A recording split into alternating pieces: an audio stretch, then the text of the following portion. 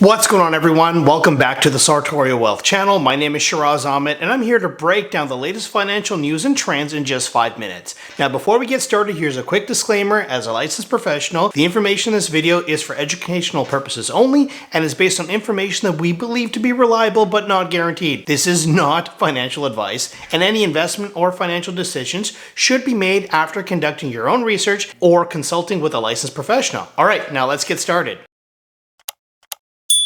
First up, interest rates and inflation. The Bank of Canada just cut its key interest rate to 4.25% as of September of 2024. Now, this is the third consecutive rate cut this year, signaling that the central bank's efforts to combat easing inflation, which has slowed down to 2.5% in July. Now, prices for things like travel, vehicles, and electricity are coming down, but housing costs, especially rent and mortgages, remain a big inflationary pressure. Now, grocery prices are moderating and goods like clothing are seeing price drops, but wage growth in service-related sectors is keeping inflation high. So there, even with the rate cut, the Bank of Canada might consider more reductions if the economic data doesn't improve. All right, now over, let's say, to the stock markets and the broader economy. Following the latest interest rate cut, which brought the rate down to 4.25%, we've seen some mixed economic signals. Q2 GDP growth came at stronger than expected at 2.1%, but the economy has largely stagnated since June, with the unemployment rate holding at 6.4%, with young people and new immigrants being hit the hardest. More rate cuts are anticipated before the end of this year, with some experts forecasting a potential drop as low as 2.5% in 2025. Although we saw some overall economic growth, much of it was driven by the government spending. At the same time, we are experiencing declines in exports, construction, and household spending on goods, all of which have been affected by high interest rates and rising unemployment. On the positive side, wages have seen a strong increase by about 5.2%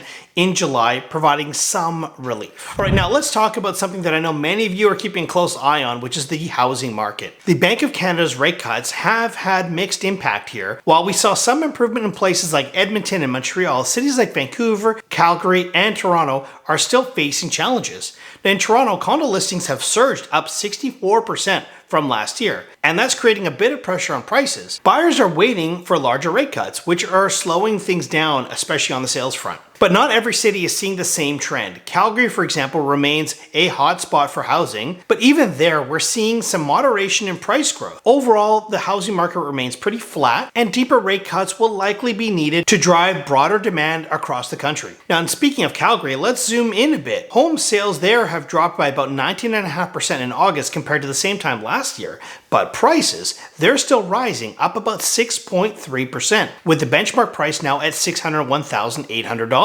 Inventory levels are also climbing, driven by higher priced properties. It's interesting to note that while the sales of homes under $600,000 are slowing, apartments are seeing a price surge, jumping nearly 16%. All right, before we wrap up, let's take a look at what's happening south of the border. Now, the U.S. presidential race is starting to heat up, and all eyes are on 7 key battleground states, including Arizona, Georgia, and Pennsylvania. Now, Kamala Harris and Donald Trump are neck and neck, and their campaigns are pouring resources into these states. Now, Harris is gaining momentum in the South, particularly among African American and Latino voters, while Trump is holding strong in the Midwest, especially in Pennsylvania, where he's overspending Harris on ads. For any political news, I am sharing unbiased information solely for educational purposes, and I do not endorse or promote any political candidate or party. All right, now that's your August financial recap in 5 minutes. If you found this video helpful, please don't forget to hit that subscribe button for more financial insights. Remember that this information is for educational purposes only, and I encourage you to do your own research or consult a professional before making any financial decisions. All right, that's it. Thanks for watching, and until next time, please stay safe out there. Bye for now.